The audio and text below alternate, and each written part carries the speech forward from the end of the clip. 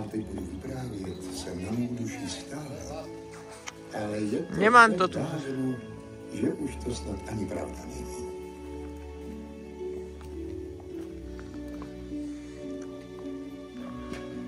To ještě v hlubokém lese pod starým hradem Krákorkou byla jedna čarodějnice, která by se tu zaráda vdávala. Ale čert, na kterého měla políčeno, si z ní dělal jenom samá šprťouchlata. Čert se dával nejraději za komínem mlýna pod rybníkem a vymýšlel jednu čertovinu za druhou. On ani Hasterman z rybníka nad mlýnem nebyl o nic lepší. Místo, aby pod hrníčky střádal dužičky, chodil tajně mlsat do mlýna.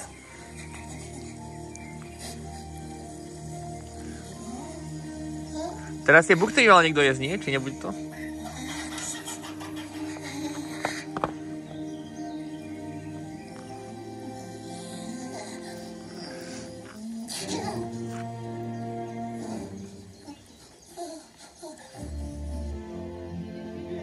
Pak vysedával dlouho do noci na stavidle nad rybníkem a bafal ze Jedol buchty. A zrovna tehdy se udál náš příběh.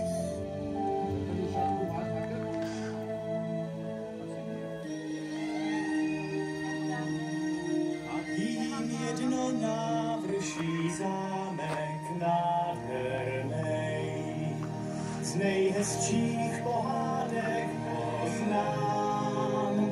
Stavěnej z křišťálu sahá k nebi pomalu, povětří přijde k dubu princezná. Stavěnej z křišťálu sahá k nebi pomalu, povětří přijde k dubu princezná. Bílý je lilium, bílej krásnej sen. Bílý je pravý hedvábí, jdu cestou, necestou za svou bílou nevěstou, jiná mě na tom světě nemá být. Jdu cestou, necestou za svou bílou nevěstou, jiná mě na tom světě nemá být.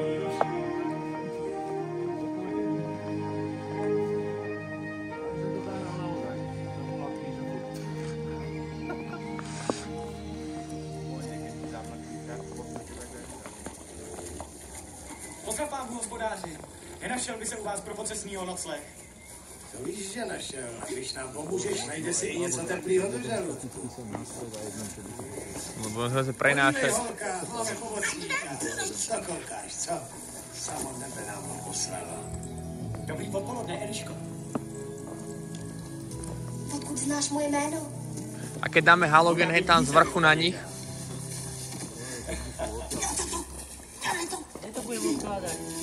Kde chceš?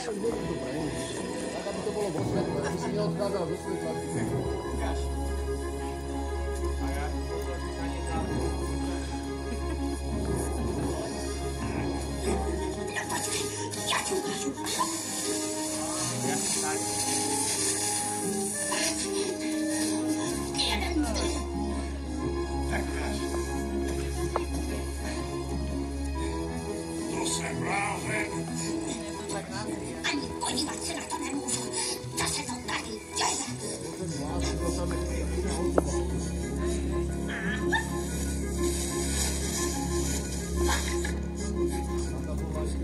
To mi ještě scházelo. Takhle to.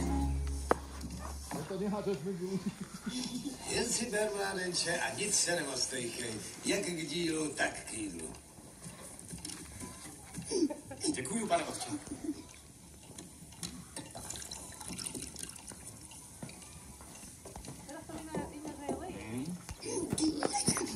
Takovýho pomocníka jako si ty bych potřeboval jako sůl.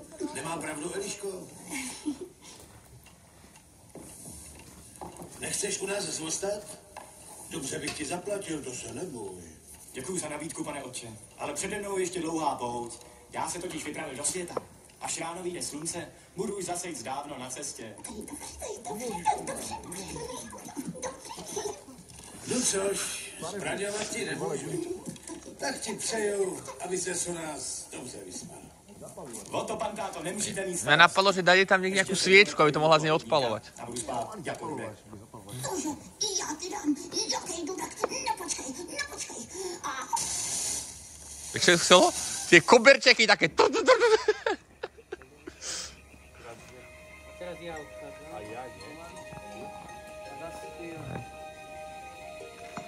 Šípková růžičko z dávných příběhů, odkvítáš tiše v ústraní. Odpusť mi, svatý Jan, že tvou krásu nehledám, na jinou myslím večer před spaním. Odpusť mi, svatý Jan, že tvou krásu nehledám, na jinou myslím večer před spaním. Se zhlíží ve hvězdách. Áno. Ztratil zákoník, rozsypal nám celou hvězdama, jenom já nemám štěstí za tluník. Rozsypal nad náma celou hvězdama, jenom já nemám štěstí za tluník. já to věděl.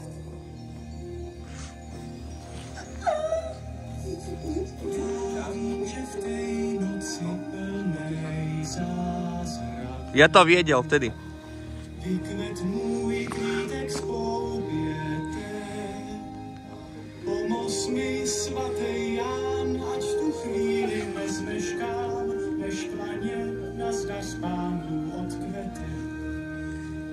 Pomoz mi, svatý Jan, ať tu chvíli nezmeškám, než klaně nazdař Pánu odkvete.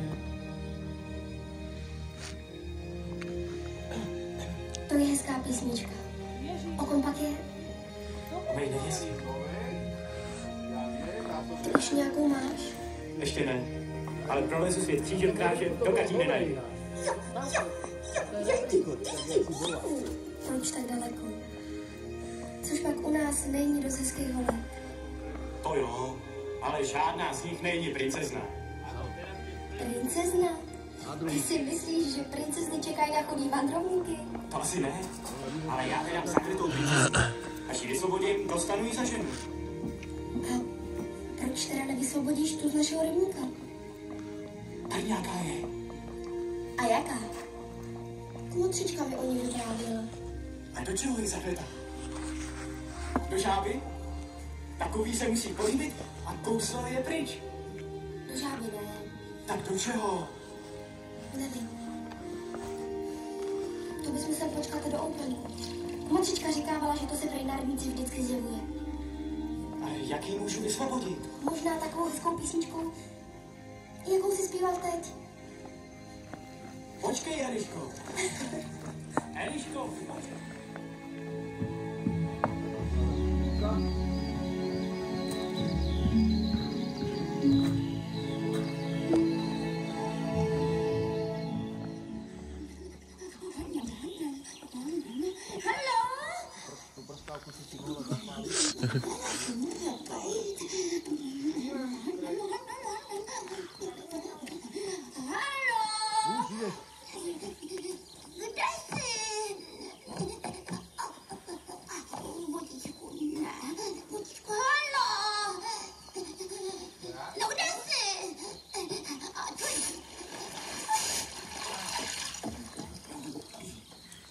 Co to vyvádíš, prosím tě?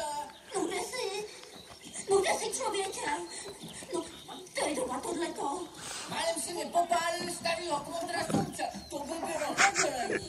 Nadělení. Jestli chceš vědět, jak vypadá opravdický nadělení, tak se plav podívat, co se děje ve Blejně. Pro 5 šupek zleklý ryby. Snad se nestalo něco Elišce. Stalo. že na tom chasníkovi, co jsem třeba trval. Oči nechám. Ty si nedá. To strach mít nemusíme. Ten obuch naší Elišky vůbec nestojí. On si chce vzít nějakou zakletou princeznu nebo co. No sám mi to říká. Ty mu věříš, ty mu věříš. Místo ženský dovedou. Víš, ona, Eliška snad ženská ani není. To je učiněnej anděl. Jaký anděl, prosím tě? To se ti teda povedlo. Když ona je ale opravdu krásná, jako Anděl. jako princezna. Ještě víc přece.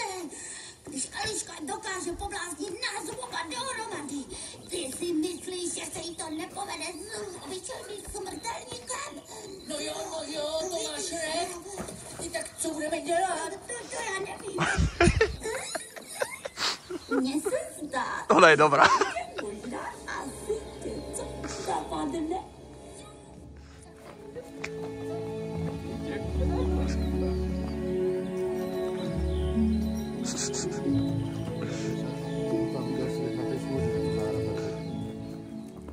Za práci vzít umí. Jen co je pravda. To by mlejn vesele klepal, kdyby měl takovýho mlynáře. Co říkáš, Eliško? To by byl ženich. Já o něj nestojím. Má plnou hlavu princezen, tak ať si jde za nima. Ty nestojíš o nikoho, jak tak pozoruju. Nezapomínej, holka, už jsem starý a někomu bych měl mlejn předat. Podívej, Vojta a Štěpán, co dneska obilí přivezli. Mohli na tobě oči nechat. Však mi taky Vojta v hospodě nadhodil, že se mu tu zelíbíš. Ale tatínku, však on se ten pravej taky najde, uvidíte. No to říkáš furt.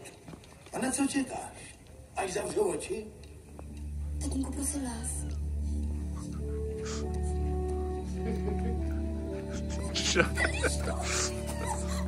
Eliško, neplakej. Eliško.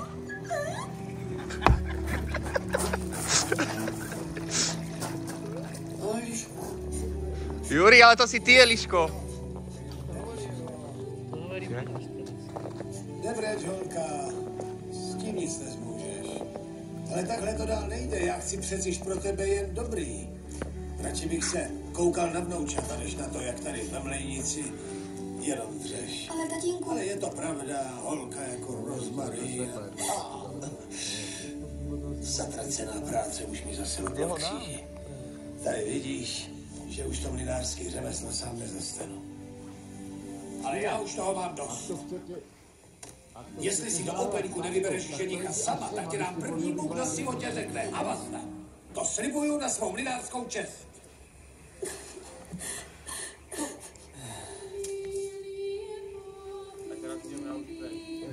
A môžem, poďte dopredu, tu sa pokloníte. Dobre, máme stoliček a ideme spávať.